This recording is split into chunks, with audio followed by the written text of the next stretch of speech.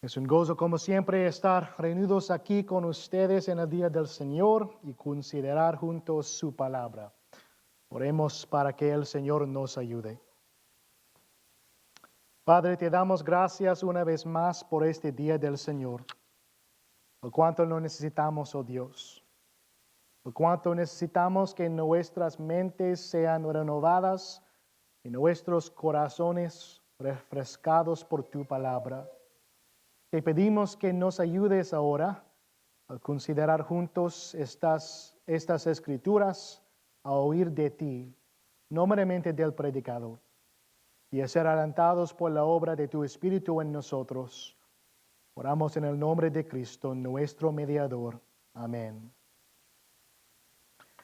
Parte de la condición humana es que somos tan propensos a ser guiados y arrastrados por nuestras emociones. Y esto no es un fenómeno nuevo, es una historia tan antigua como el tiempo. Caín fue arrastrado por su ira y sus celos. Esaú fue arrastrado por su apetito y su impulso. Los hermanos de José fueron arrastrados por la envidia y el odio. El rey Saúl fue arrastrado por el temor, los celos y la furia. Jonás fue arrastrado por el resentimiento y la autocompasión. Es común, aunque no correcto, que los seres humanos sean arrastrados por sus emociones. O consideren algunos ejemplos comunes en la iglesia hoy. Es por resentimiento o quizá por incomodidad que las personas se niegan a reconciliarse con hermanos y hermanas en Cristo. Es por descontento, aburrimiento o enojo que las personas dejan tan rápidamente su iglesia local. Es por pasión y hormonas que los cristianos tan a menudo caen en pecado sexual, y la lista sigue y sigue. Aún hoy, aún habitados por el Espíritu Santo, nuestra carne es tan propensa a ser guiada por nuestras emociones. Y esta es la razón, hermanos, por la que un aspecto del fruto del Espíritu, una manera en que el Espíritu de Cristo nos transforma a su semejanza, es el dominio propio. Nuestro Salvador, en su humanidad, no estuvo sin emociones. A veces se enojó, a veces lloró.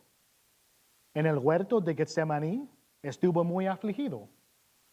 Y sin embargo, una cosa sabemos de nuestro Salvador, que ni una sola vez dejó que sus emociones lo dominaran. Siempre manifestó un dominio propio perfecto. Y lo miramos a Él no solo como nuestro ejemplo, sino como nuestro Salvador. Tantas veces hemos perdido el control de nosotros mismos y hemos pecado contra Él antes de que nos salvara e incluso después. Y sin embargo, con perfecto dominio propio, murió en la cruz por pecadores como tú y como yo, para que todos nuestros pecados sean perdonados en Él, todos los que creemos en Él. Gracias a Dios. Y además, Él continúa rescatándonos del poder del pecado por medio de la santificación. Y así, no solo nos salvó de la condenación por nuestra falta de dominio propio, sino que también nos está conformando a su propia imagen para que vivamos vidas de dominio propio y de piedad en esta época presente. Este pasaje en el que nos encontramos en Filipenses está ubicado al final de esta carta a esta iglesia. Esta sección en la ESV lleva por título Exhortación, Aliento y Oración. Y casi parecería que debe tomarse como una lista rápida de exhortaciones finales. Y sin embargo, parece haber un hilo que atraviesa estas exhortaciones. Y ese hilo aunque no se declara explícitamente, es el dominio propio. A medida que avancemos por ese texto, veamos juntos ese tema y seamos alentados. Entonces, número uno, procurar la paz con dominio propio. Procurar la paz con dominio propio. Versículos 2 al 3. Ruego a Evodia y a Síntique que vivan en armonía en el Señor.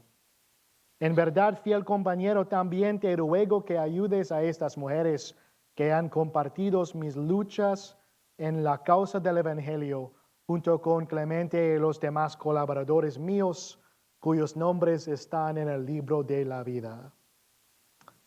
Miren esa palabra ruego que Pablo usa para ambas mujeres.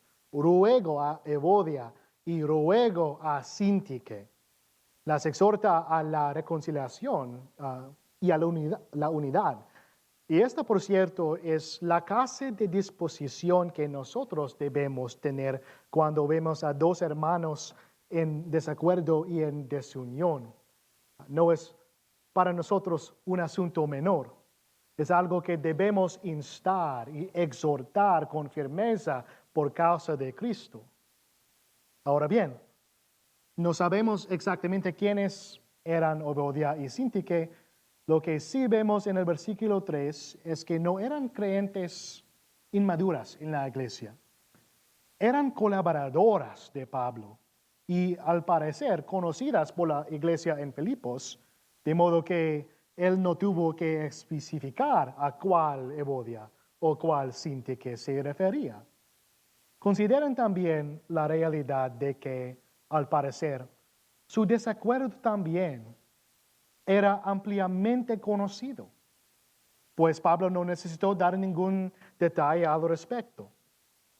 Y sepan cuán triste es ver a hermanos bien respetados en la iglesia estar en conflicto entre sí de una manera públicamente conocida. Es algo que debe atenderse y rápidamente. Así que él ruega a estas mujeres que estén de acuerdo en el Señor. Esto no quiere decir que tuvieran que estar de acuerdo en absolutamente todo, sino que debían estar unidas en pensamiento. Debían ser de un mismo sentir en lugar de estar enfrentadas entre sí. Ahora bien, probablemente sería demasiado decir que este desacuerdo fue la ocasión de toda la carta. Pero no sería exagerado decir que este desacuerdo público estaba muy presente en la mente de Pablo mientras escribía esta carta a los filipenses. Por ejemplo, en el capítulo 1, versículo 27, la esperanza de Pablo es que oiga de ellos que están firmes en un mismo espíritu, luchando unánimes por la fe del Evangelio.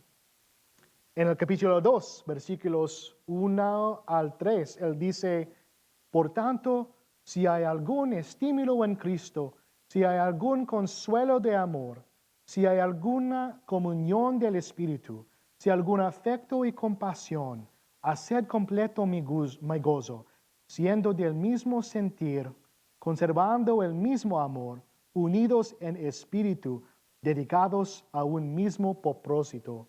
Nada hagáis por egoísmo o por vanagloria, sino que con actitud humilde cada uno de vosotros considere al otro como más importante que a sí mismo. También les dice que no miren solo por sus propios intereses, sino también por los intereses de los demás. Y luego, por supuesto, presenta a Jesucristo como el ejemplo supremo de esto. Jesús, siendo Dios mismo, se hizo hombre para vivir una vida perfecta en nuestro lugar y morir en la cruz como nuestro sustituto.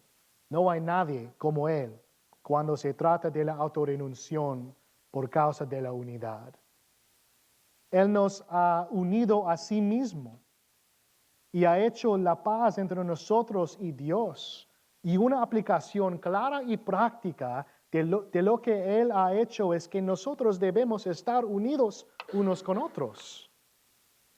Debido a que Pablo ha venido preparando esto de esta manera, para cuando exhorta a Evodia y a Síntique en el capítulo 4, ellas saben exactamente lo que deben hacer. Deben ser como su Salvador y deben hacer la paz entre sí y estar unidas. En el versículo 3, él continúa, en verdad, fiel compañero, también te ruego. La palabra que se traduce como en verdad puede significar algo como ciertamente o de hecho. Pablo no se contenta con simplemente pedirles a estas dos mujeres que hagan la paz entre sí. Él solicita la ayuda de su fiel compañero. Algunas traducciones dicen algo como leal sísigo, porque es posible que la palabra que se traduce como compañero en realidad sea el nombre de una persona. Pero en cualquier caso, Pablo busca ayuda y le pide a este fiel compañero que ayude a estas mujeres.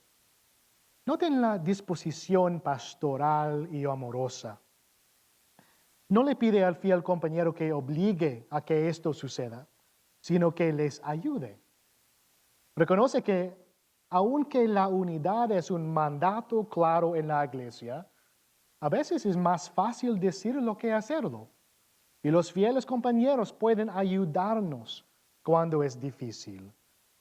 Quizá tú puedas ser el sísigo en una situación en nuestra iglesia. Estas mujeres habían trabajado lado a lado con Pablo en el Evangelio, junto con Clemente, un nombre de quien tampoco sabemos nada. Pero Evodia, Síntique y Clemente trabajaron juntamente con Pablo por causa del Evangelio. Esto no quiere decir que todos hacían exactamente lo mismo, sino que colaboraban juntos por causa del Evangelio. Así que eran personas muy queridas para el corazón de Pablo. Noten también en el versículo 3 que Pablo señala que los nombres de estas mujeres están en el libro de la vida. Son mujeres de quienes él está convencido que son cristianas, a pesar de su lucha por permanecer unidas. Pero también lo que quizá está señalando es que están unidas, les guste o no, y pasarán la eternidad juntas y les gustará. Así que les está llamando simplemente a ser quienes ya son en Cristo. Si tú mismo no estás haciendo la paz con un hermano o una hermana en el Señor, no estás siendo tú mismo. En realidad, estás siendo lo opuesto a lo que Dios te ha hecho. Recuerda que respecto a ese hermano o hermana con quien tienes un desacuerdo, sus nombres están escritos en el libro de la vida. Son familia. Están unidos juntos en Cristo. Ahora bien, ¿qué tiene esto que ver con una vida de dominio propio? Noten que Pablo les ruega que lo hagan. Le pide a su fiel compañero que las ayude en ello. No dice una vez que se calmen las emociones o una vez que entren en el estado mental correcto.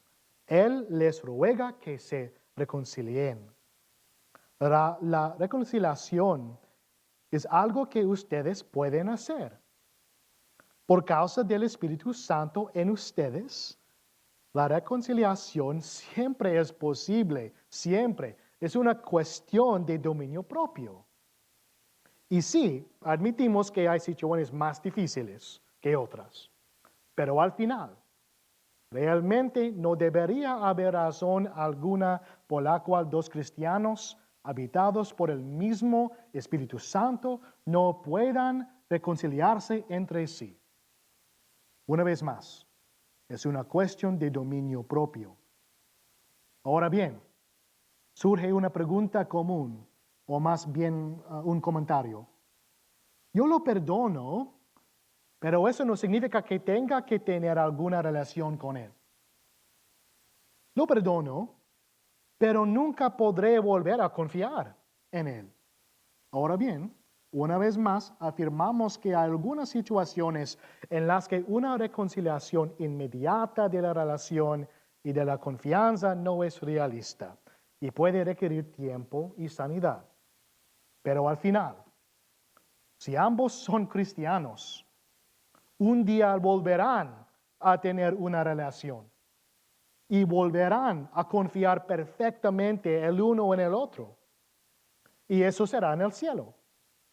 Así que hágase su voluntad así en la tierra como en el cielo.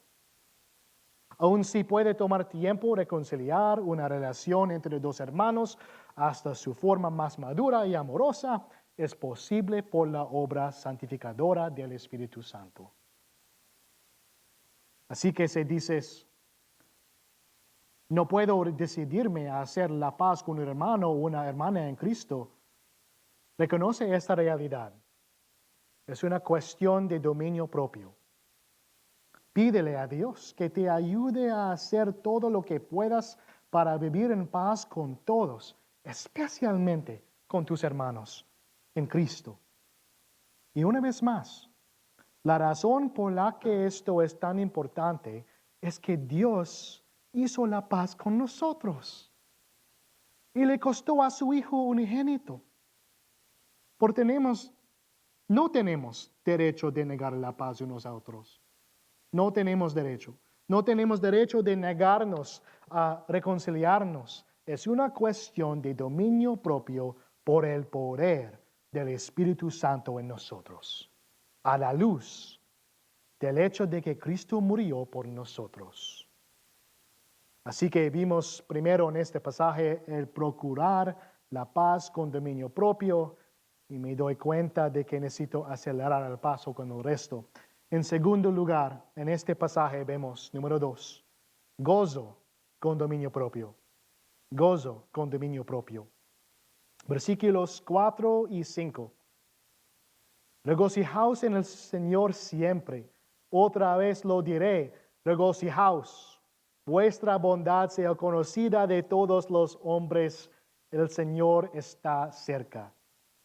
Pablo exhorta a la iglesia, regocijaos en el Señor siempre. El mandamiento es regocijarse. ¿Cuándo deben regocijarse? Siempre. ¿Dónde se encuentra la esfera de ese regocijo? En el Señor. Ahora bien, a muchas personas les gusta hacer una distinción entre el gozo y la felicidad. Y creo que probablemente hay cierto fundamento para eso. La felicidad puede ser pasajera y depender por completo de nuestras circunstancias, mientras que el gozo puede ser algo más profundo y más constante.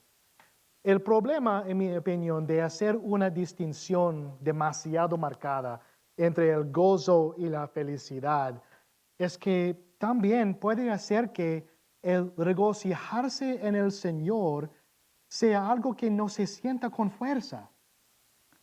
Regocijarse en el Señor no es algo que deba ser frío, estoico y casi obligatorio. Regocijarse en el Señor es deleitarse en sus excelencias. Es ser verdaderamente feliz en Él cuando todo lo demás que normalmente te daría felicidad ha sido quitado. Sean sin disculpas felices en Cristo. Consideren todas las cosas como pérdida en comparación con el incomparable valor de conocerle. Regocíjense en el Señor de esta manera siempre, siempre. No importa cuáles sean sus circunstancias, no importa su sufrimiento, no importa su depresión o su ansiedad. No estamos minimizando esas dificultades. Esas son experiencias reales y verdaderas de cristianos genuinos de este mundo. Pero aún en los momentos más oscuros de desesperación, puedes regocijarte en el Señor. Amén. ¿Por qué puedes regocijarte siempre en el Señor? Primero, porque tienes al Espíritu de Dios ayudándote precisamente a hacer eso. Tú no puedes producir este gozo. El gozo es fruto del Espíritu. Pero sí puedes regocijarte porque tienes al Espíritu Santo. La segunda razón por la que puedes regocijarte siempre en el Señor es porque siempre tienes abundantes motivos para hacerlo. Eras un rebelde que merecía la ira eterna y ardiente de Dios, pero Dios te amó de tal manera que te escogió desde la eternidad para salvarte. Y dio a su Hijo unigénito por ti, quien fue voluntariamente a la cruz por ti.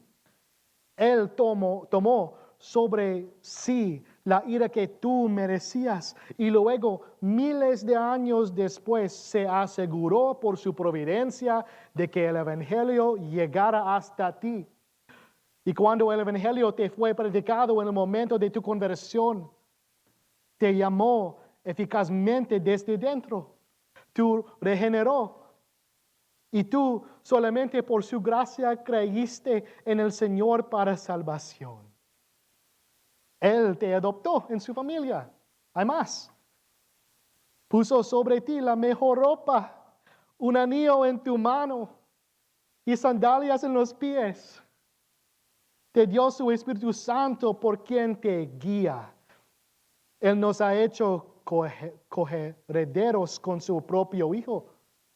Todo lo que es suyo es nuestro en Él.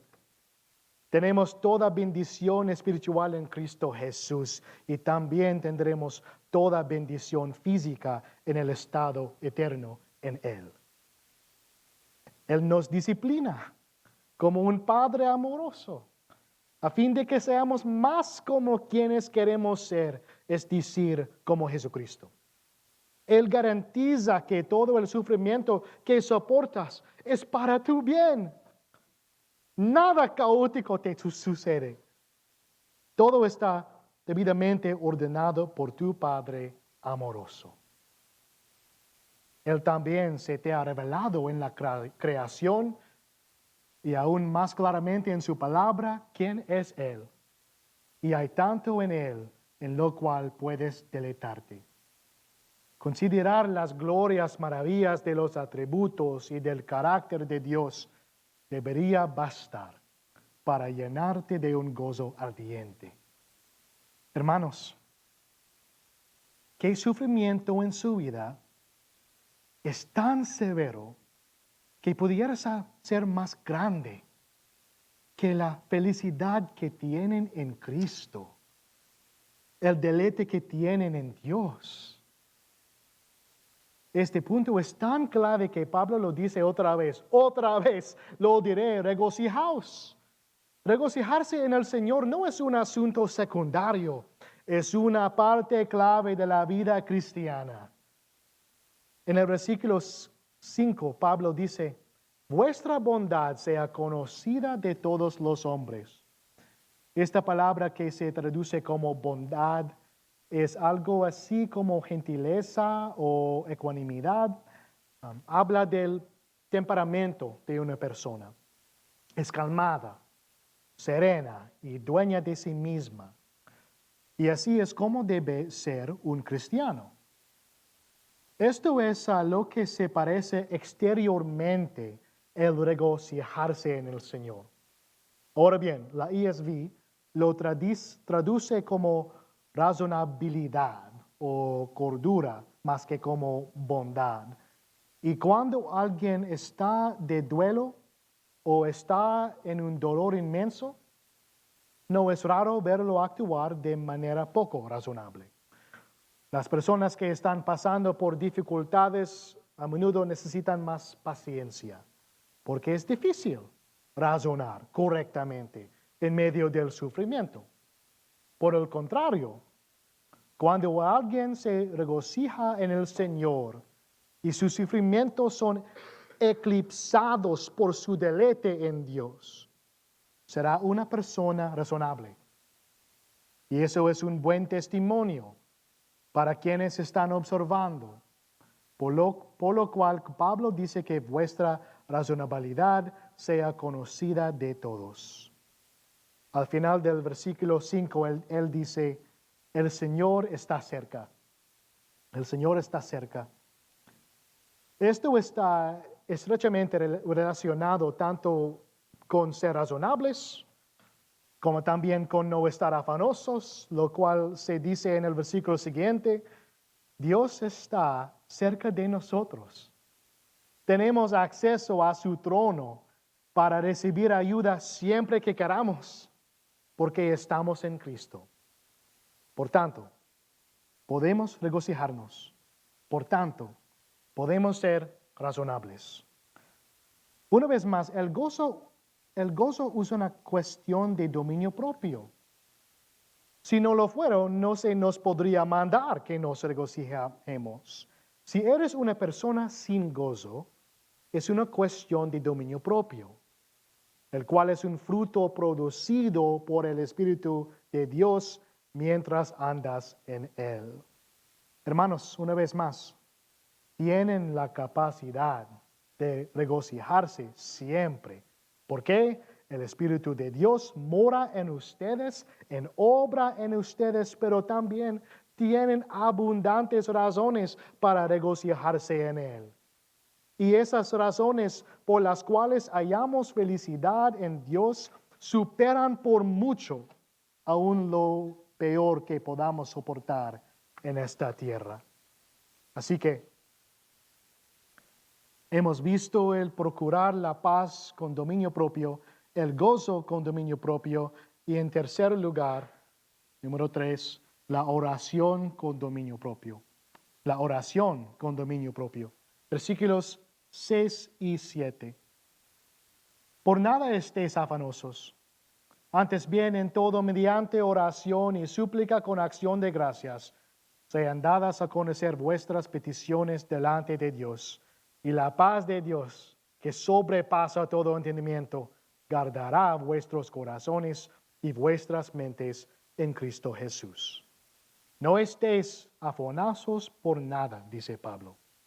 Y por supuesto, está haciendo eco de la enseñanza del Salvador, quien dice, por tanto, no os preocupéis por el día de mañana. Nunca estar afanosos es para nosotros casi tan posible como regocijarnos siempre. Es común que el cristiano luche con la ansiedad, pero Pablo no está diciendo que sea posible para un cristiano nunca estar afanoso de este lado del cielo. Más bien, lo que está diciendo es que así como podemos regocijarnos siempre y tenemos razón para regocijarnos siempre, también tenemos razón para no estar nunca afanosos. Pablo nos prescribe lo que debemos hacer en lugar de estar afanosos, y es esto. Antes bien, en todo, mediante oración y súplica con acción de gracias, sean dadas a conocer vuestras peticiones delante de Dios. Noten que él dice, en todo, en todo. No hay nada demasiado pequeño para llevar a Dios. No hay carga demasiado trivial para echarla sobre el Señor, porque Él tiene cuidado de vosotros. Y de hecho, nada es grande por el Señor de todos modos. Así que no tienes que hacer una distinción entre si esto es algo que vale la pena llevar a Dios o no. Si es algo que te está causando ansiedad o que podría causártela, llévalo al Señor. Debemos hacer esto mediante oración y súplica. La oración es, en términos generales, comunicarse con el Señor. La súplica es el tipo de oración en que se le pide al Señor. Es bueno y correcto que oremos al Señor, y le pidamos todo lo que necesitamos. No es humildad no pedirle nunca cosas al Señor. No es humildad. En realidad es orgullo. Porque implica que puedes hacer las cosas por tu cuenta, cuando en realidad Él nos da a todos vida y aliento y todas las cosas. Amén. Noten también que deben hacer esto con acción de gracias. Dios es digno de toda acción de gracias. Debemos dar gracias en toda circunstancia, aún en las difíciles. Pero también hay una bendición implícita en orar con acción de gracias. Aún con acción de gracias, el Espíritu nos ayuda con nuestra ansiedad. Cuando nos damos cuenta de cuánto tenemos por qué dar gracias, lógicamente nos volvemos menos ansiosos. Y así, orar con acción de gracias no solo es apropiado, sino que también nos ayuda mucho mientras el Espíritu obra en nosotros. Aun mientras oramos, el Espíritu Santo puede cambiar nuestra actitud. Así que en todo, mediante oración y súplica con acción de gracias, sean dadas a conocer vuestras peticiones delante de Dios. No es como si el Señor necesitara ser informado de lo que necesitamos, pero muchas veces espera que pidamos antes de proveer. Como está escrito, no tenéis porque no pedís. Al Señor le agrada escuchar las oraciones de sus hijos y responderlas. Y esto es lo que Pablo dice que sucederá cuando oren por todo. Y la paz de Dios, que sobrepasa todo entendimiento, guardará vuestros corazones y vuestras mentes en Cristo Jesús. La promesa que tenemos en este versículo es que cuando oramos, experimentaremos la paz de Dios. Ahora bien, a veces eso puede requerir oración perseverante, como Jesús enseñó, pero el resultado de la oración es la paz de Dios. Y esta es una paz de Dios que está más allá de nuestro razonamiento.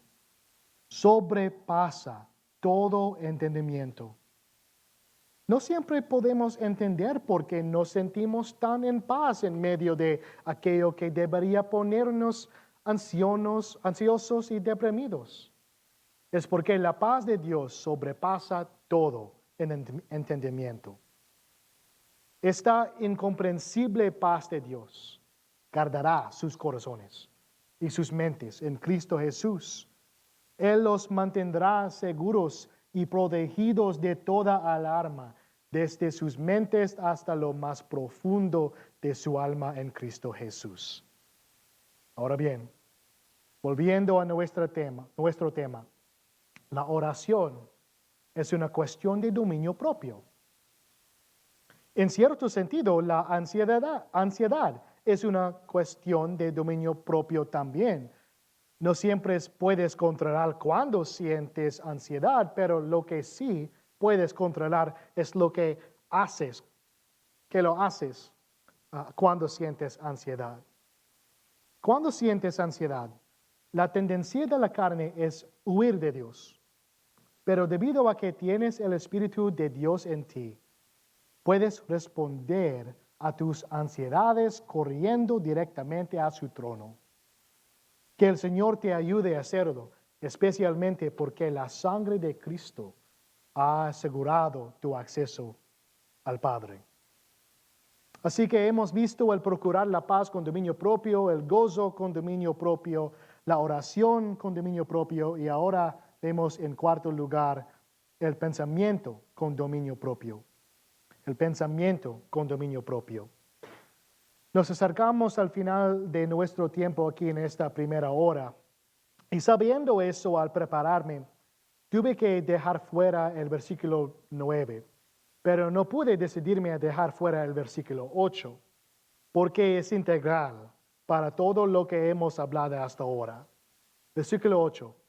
Por lo demás, hermanos, todo lo que es verdadero, todo lo digno, todo lo justo, todo lo puro, todo lo amable, todo lo honorable, si hay alguna virtud o algo que merece elogio, en esto meditad. La palabra que en la LBLA se traduce como por lo demás, se traduce en la ESV como finalmente. La idea aquí es que este es su pensamiento final sobre este asunto en particular. Y eso es importante que lo reconozcamos porque estas no son exhortaciones desconectadas. Lo que está a punto de decir en el versículo 8 nos ayudará a regocijarnos siempre en el Señor. Y también nos ayudará a no estar afanosos por nada. También nos ayudaría a hacer la paz con nuestros hermanos. Pablo enumera descripciones de las cosas en las que debemos pensar. No tenemos tiempo para desglosar cada palabra, pero debemos pensar en todo lo que es verdadero, todo lo digno, todo lo justo, todo lo puro, todo lo amable, todo lo honorable. Debemos pensar en las cosas que son excelentes y dignas de alabanza. O la palabra que usa la LBLA es muy útil, meditar. No es simplemente pensar casualmente en ello, sino sentarse y pensar profundamente en estas cosas. ¿Cómo podríamos resumir la clase de cosas de las que Pablo está hablando aquí? Sencillamente, es lo que Dios nos ha revelado. Y Dios nos ha revelado mucho. Ha revelado mucho en la revelación general que puede ser útil para que meditemos en ello, pero nos ha revelado aún más en la revelación especial en las Escrituras. Y las cosas en las que necesitamos pensar para regocijarnos como debemos y para combatir la ansiedad se encuentran especialmente en las Escrituras, especialmente para su pueblo. De la misma manera, cuando nos negamos a hacer la paz con nuestros hermanos con quienes hemos tenido un desacuerdo o un distanciamiento, eso es el resultado de no pensar correctamente. Como mencionamos antes, no reconciliarse con sus hermanos y hermanas en Cristo es incompatible con lo que revelan las Escrituras. Cuando pensamos correctamente, en momentos en que nuestra mente está 100% alineada con las Escrituras, nunca nos negaríamos a la reconciliación. Nunca estaríamos afanosos y siempre nos estaríamos regocijando en el Señor. Así que, una vez más, cualquier deficiencia en cualquiera de esas áreas es el resultado de un pensamiento equivocado. Y hermanos, lo que ustedes piensan es una cuestión de dominio propio. Una de las cosas que el Señor está renovando por su gracia es nuestra manera de pensar. Y la manera en que Él cambia nuestra forma de pensar es por su Espíritu y por la palabra. Cuando una persona es salva por primera vez, es justificada y comienza su caminar cristiano con toda clase de pensamientos equivocados. Pero a medida que madura en el Señor, a medida que se satura de la palabra, a medida que es bien enseñada por la iglesia y animada, a medida que otros le hablan de verdad en amor, su manera de pensar cambia, gracias a Dios. Nosotros tenemos control sobre lo que pensamos y somos capaces de pensar correctamente por la gracia de Dios que obra en nosotros por medio de su palabra y por su Espíritu. Entonces, ¿qué significa esto en la práctica? Si quieres pensar correctamente, necesitas conocer bien la palabra de Dios. Y puesto que tienes la Biblia a tu disposición, te recomendaríamos que la leas y que te entregues a una buena enseñanza bíblica. Y al ser transformado mediante la renovación de tu mente, podrás verificar cuál es la voluntad de Dios, lo que es bueno, aceptable y perfecto. Y cuanto más conozcas por tu estudio de toda la vida de la palabra de Dios, más fácil te será regocijarte siempre, no estar afanoso y hacer la paz con tus hermanos en Cristo. Así que en este pasaje hemos visto el procurar la paz con dominio propio, el gozo con dominio propio, la oración con dominio propio y el pensamiento con dominio propio. Consideremos algunas aplicaciones. Ante todo, confía en el Señor. Confíen en el Señor. Si eres incrédulo, confía en el Señor para tu salvación. Has pecado contra Dios de muchas maneras, incluyendo tu falta de dominio propio, pero una vez más, Dios dio a su Hijo único por pecadores como tú y como yo. Y si crees en Él, serás perdonado de inmediato y serás transformado progresivamente en quien debes ser. Y hermanos y hermanas en Cristo, nosotros seguimos confiando en Él. Nuestro crecimiento en el fruto del Espíritu también es solo por gracia, solo por medio de la fe, solo en Cristo. Confíen en aquel que está obrando esto en ustedes. En segundo lugar, tengan dominio propio en sus emociones. Sus emociones no son malas en sí mismas, pero sí están afectadas por la caída y por el pecado que aún permanece en ustedes. Examinen lo que sientan a la luz de las Escrituras. Guíen lo que sienten por medio de un pensamiento bíblico.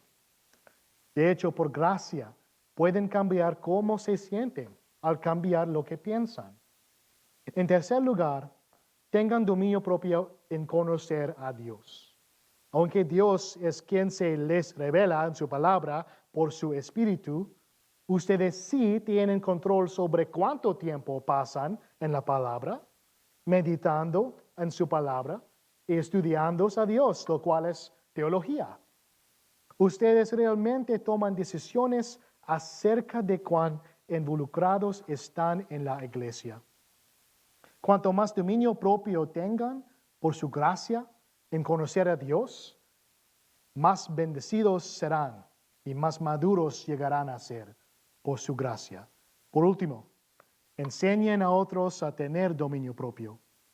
Vivimos en un mundo donde nunca se deben cuestionar las emociones y siempre se deben aceptar. Aunque debemos preocuparnos por cómo se sienten las personas, al final cómo se sienten no es lo más importante. Enséñeles cómo deben pensar, cómo deben sentir, incluso desde una edad temprana. Y lo más importante, enséñenles acerca de Cristo, quien tuvo un dominio propio perfecto en favor de ellos y murió por sus pecados si creen en Él. Oremos.